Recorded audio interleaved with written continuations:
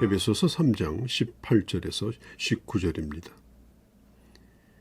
여러분 자신을 영적인 사람이라고 생각하십니까? 또 영적인 사람이라고 말할 때 그것은 무엇을 의미하는 것일까요?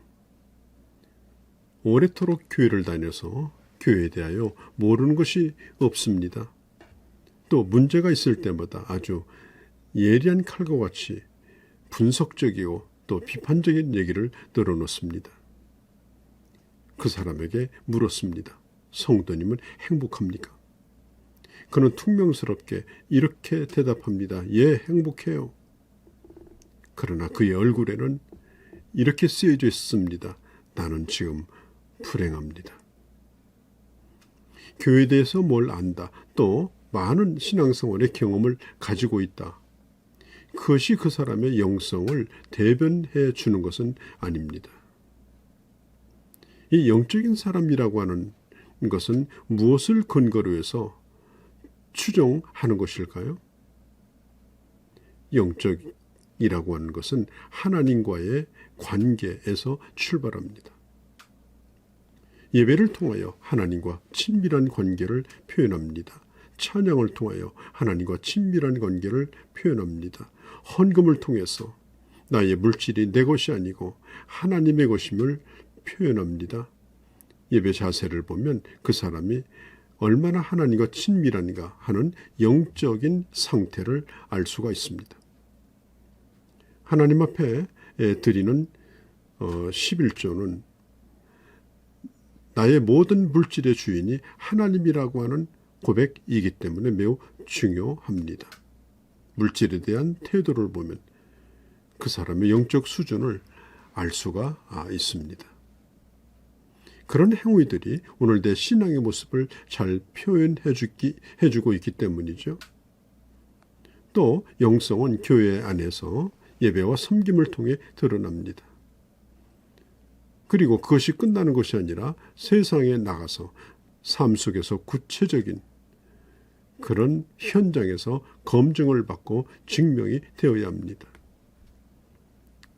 그 사람 참 좋은데 그 사람 직장생활을 하는 거 보면 엉망이야. 여러분 이 말이 맞는 말입니까? 가능한 얘기입니까? 신앙이 있다면 그 신앙은 우리 인격을 통해 우리의 삶에서 나타나야 합니다.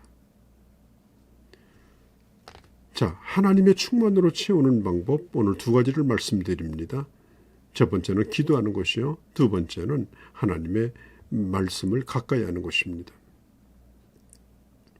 하나님의 충만으로 충만해지기 위해서는 기도하라고 에베소 교인들에게 바울이 가르치고 있죠. 기도는 우리가 하나님을 움직이는 방법이 아닙니다. 또 기도는 하나님을 향해서 우리가 명령하는 것도 아닙니다. 기도는 우리가 하나님을 향하여 마음을 열고 호소하는 것이며 그리고 자신을 하나님께 표현하는 것입니다. 하나님의 충만한 것으로 충만하기 위해서는 우리에게 꼭 필요한 것이 기도 생활을 하는 겁니다. 그리고 기도는 사람들에게 보여주기 위한 도구가 돼서는 안 됩니다. 주님께서 말씀하신 것처럼 금식이나 구제나 기도를 사람들에게 보여주는 도구로 삼는다면 그 모든 것이 다 헛되다라고 말씀하셨죠. 바리새인처럼 기도함으로 사람에게 대접을 받는 수단으로 삼아서는 안 됩니다. 기도는 하나님과 은밀한 그런 교제입니다.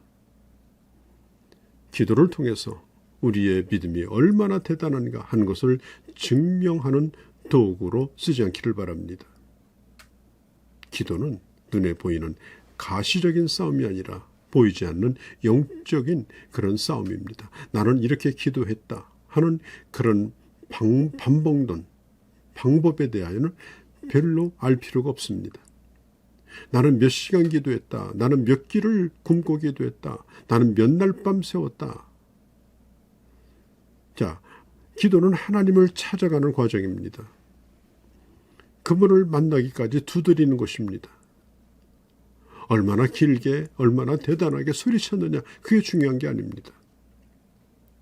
여러분 특별히 기도할 때 시간을 정해 놓으십시오. 아침 시간도 좋고 낮 12시도 좋고 저녁 잠자리에 들기 전에도 좋습니다. 규칙적으로 하는 것이 좋습니다. 그리고 그것이 몸에 배어서 익도록 해야 합니다. 때로는 작정도 하고 10일, 20일, 30일 이렇게 새벽 기도도 작정해서 한번 드려보는 것도 좋습니다. 그리고 몸에 익히도록 노력하면 그것이 바로 경건의 습관이 되어집니다. 때로는 낮 12시 정오에 시간을 정해놓고 어디가 있든지 기도하는 시간을 가져보는 것도 좋습니다. 경건 시간은 저절로 되는 것이 결코 아닙니다.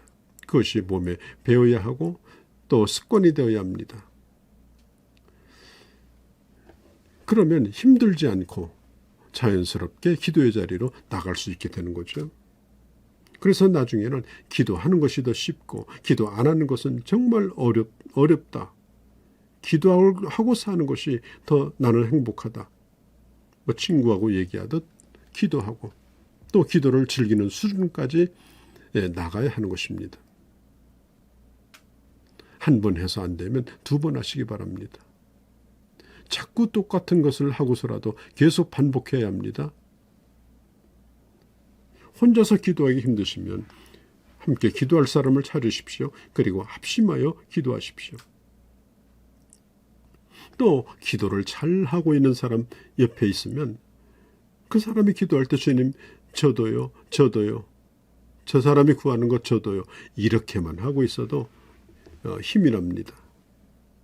또 기도할 때는 한 목소리로 함께 기도하는 게 좋습니다. 우리는 어찌하든지 하나님을 만나는 연습을 해야 되는 것입니다. 또 한 가지 하나님의 충만한 것으로 나의 내면을 채우는 가장 중요한 것이 뭐냐? 약속의 말씀을 묵상하는 것입니다. 하나님의 말씀을 가지고 이 역사와 우리 자신의 삶의 맥을 짚어가는 겁니다. 성경의 원리를 알면 몇 개만 맥을 짚어주어도 금세 모든 것이 다 풀립니다. 하나님의 말씀을 연구하고 묵상해야 되는 이유가 바로 거기에 있습니다. 성경을 읽다가 이런 말씀이 나하고 무슨 상관이 있는가 그런 생각이 들 때가 있습니다. 특별히 민수기나 레위기 같은 그런 곳은 참 재미가 없어 보이는 것처럼 보이죠. 하나님이 나에게 축복의 길로 나를 인도하시려고 하는데 나는 그 성경을 읽어도 알아볼 수가 없습니다.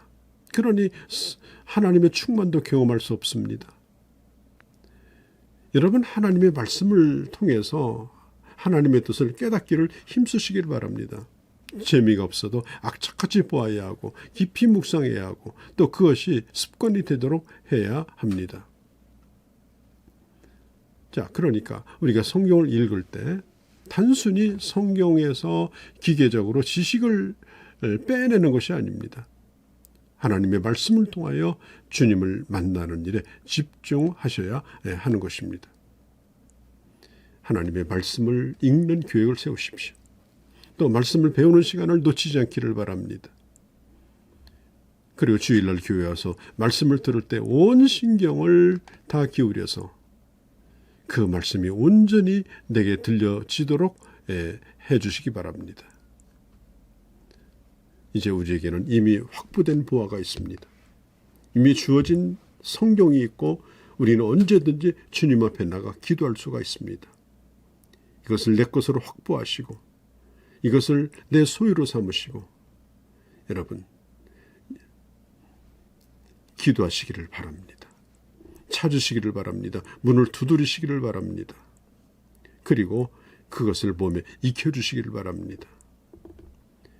그래서 이제는 하나님의 충만을 향하여 더 가까이 나가는 여러분들이 되어주시기를 바랍니다. 안녕히 계십시오.